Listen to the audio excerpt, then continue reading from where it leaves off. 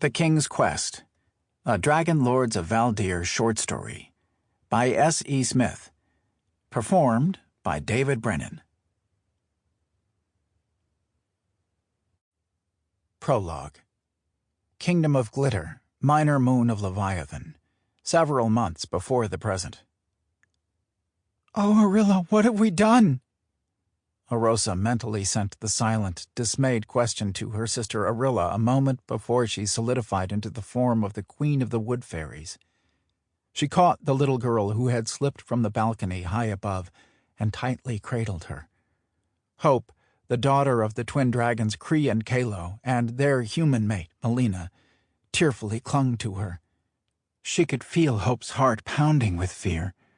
Mortified by the near tragedy, Arosa tenderly rocked the girl as she whispered soothing reassurances that she was safe. Arosa landed outside of the palace where Hope had slipped from the balcony just seconds before. An instant later, Cree and Kalo's symbiotes touched down beside her. Their golden bodies were pressing against her to reassure themselves that their tiny charge was safe.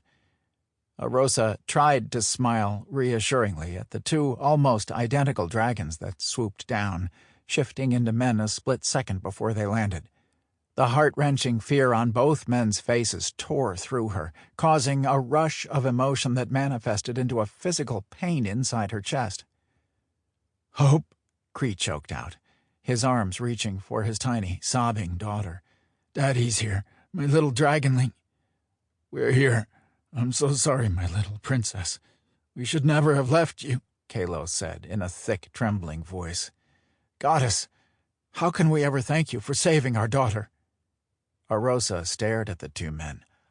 "I'm not—" she began, before a child's excited voice pierced the air. "It's the Queen of the Wood Fairies," Mora Rykil happily exclaimed. Arosa silently groaned when she saw the group of younglings gathering around her. Caught, she wasn't sure what she should do.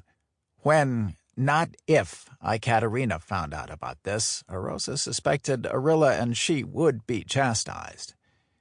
She looked down when a tiny hand slipped into hers. Mora Rykil gave her a huge grin and an exaggerated wink, then stared at her with shining eyes full of excitement. "I knew you was for reals," Mora cheerfully announced.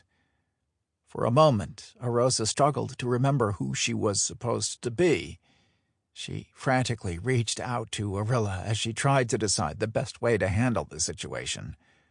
Arilla's soft, lilting laughter filled her head when Tia, the keeper of the stories for the Kingdom of Glitter and their secret accomplice in this misadventure, stepped forward with a warm smile. Beside her was a stately man that inspired an unexpected response inside her. Tia smiled and waved her hand between the man and Arosa. "King Tamblin, may I introduce the Queen of the Wood Fairies?" she began, before she paused. Arosa realized that Tia was waiting for her to introduce herself. "Arosa. My name is Arosa," she replied, clasping her hands in front of her and folding her wings. "Arosa," Tia repeated with a gentle smile. "Arosa, may I introduce Tamblin, King of the Leprechauns of Glitter?" "Arilla, what am I to do?" Arosa silently groaned to her sister. "Be the Queen of the Wood Fairies, sister," Arilla faintly replied. An hour later, Tamblin smiled and distractedly nodded when one of the men sitting around the fire said something he didn't quite catch. Whatever it was must have been funny given the deep male laughter surrounding him. Tamblin was fascinated by the group of children as they joyfully played under the watchful eyes of their fathers. He decided that tonight could only be described with one word: magical. It was hard to believe the strangers sitting around the fire were Valdier, Seraphim, and Kurazin warriors. He remembered them being so much larger.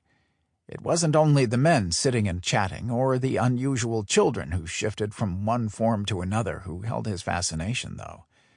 The beautiful enchantress sitting beside him was twisting his normal, stolid control into knots. "Is everything all right?" Arosa asked. Sample complete. Ready to continue?